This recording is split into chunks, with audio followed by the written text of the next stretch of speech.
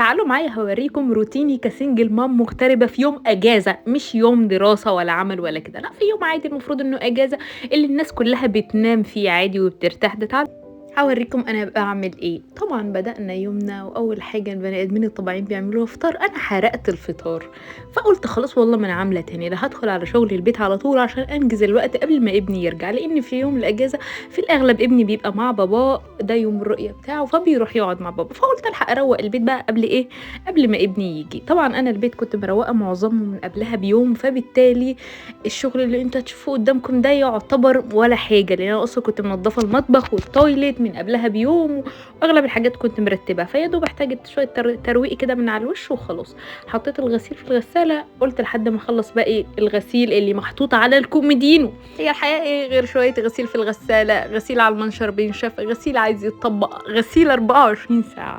بس بجد بجد الغسيل كان بقاله كذا يوم قاعد على الكوميدينو ومفيش وقت ان انا اطبقه، فدلوقتي قلت ان انا بقى هطبقه واروق الكوميدينو كده، لان بجد يا جماعه تعبنا من المثاليه بتاعت التيك توك وبتاعت السوشيال ميديا طول الوقت، ان الناس تحسسنا انها عايشه في البيت منظم 24 ساعه. يا جماعه مفيش بيت فيه اطفال بيبقى منظم 24 ساعه، هم بيصوروا في اللحظه اللي البيت منظم فيها، بس عشان الموضوع ده تعب نفسيه امهات كتير، وكنت انا منهم لوهله من الزمن كده كنت بفكر ان كل البيوت بتبقى متروقه عادي جدا. اشمعنى انا بقى بيتي اللي انا قاعده طول الوقت مكركب؟ انا عندي طفل، عارفين يعني ايه طفل؟ يعني ده البيت الطبيعي ان هو يكون متكركب، دي البيئة الطبيعية بتاعته. اوكي اخر اليوم ممكن نروق كده، بس خلاص لو ما روقناش النهاردة عادي، انا برضه مفيش مشاكل خالص على فكرة، نروق في يوم الاجازة زي ما انا بعمل كده، الدنيا مش هتطير. المهم بعد ما روقت ورحت نشرت الغسيل ونضفت البيت كده، فرحت جبت الاوراق لاني كان عندي كام ايميل كده لازم ابعتهم، واللي عايش في المانيا يعرف يعني ايه ايميلات وبوستات والموضوع مزعج قد ايه. المهم بعت الايميلات وروقت على نفسي ورحت ذاكرت مع ميرا قلبي. ميرا دي عسل يا جماعه، اللي بيذاكر الماني خطيره خطيره خطيره.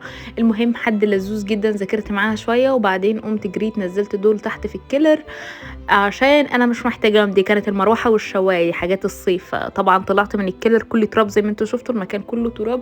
خدت شاور ولبست هدوم الجيم ويلا بينا بقى نعمل رياضه 5 بقى لنفسنا بقى. المهم وانا في طريقي للجيم انزل كده عادي، لا ما تجيش، خدت اكياس الزباله معايا في ايدي، وطبعا كالعاده فاصله الزباله الورق عن الزباله المختلط، عشان اللي ما يعرفش ده القانون هنا في المانيا، كل حاجه بنفصلها لوحدها وكل حاجه ليها صندوق بلون مختلف زي ما انتوا شايفين، في صندوق اصفر، في صندوق اسود، في صندوق ازرق، كل واحد فيهم لحاجه يعني، وفي صناديق للازاز من الناحيه التانية.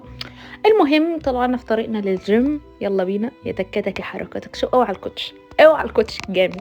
ويبقوا فكروني اعمل لكم فيديو تفصيلي عن الجيم هنا في المانيا، عشان اللي يعرف الجيم هنا في المانيا هيعرف انا ليه رحت لابسه هدومي من البيت وبمشي بهدومي وما باخدش الشاور جوه الجيم. اللي هيبقى في المانيا هنا هيبقى عارف ايه السبب، فيكتبوا في الكومنتات. المهم خلصت وطلعت على المحل ده، كنت طالبه من عندهم لينسز نظر ورحت واستلمتها. وبالمناسبه يا جماعه اللينسز عملتها مجانا بدون اي مليم، بمقاسات عيني بالظبط. فكروني برضو اعمل لكم فيديو تفصيلي عن الموضوع ده واقول لكم ازاي تعرفوا تجيبوا لينسز نظر مجانا. المهم جه وقت ان انا اروح استلم ابني، فرحت خدته حبيب ماما وطلعنا بقى وقلت له تعالى انا عايزه اشتري لك افرول شتوي وشوز مطر عشان خاطر الشتاء خلاص، كل سنه وانتوا طيبين، عندكم خريف بس احنا عندنا شتاء دلوقتي.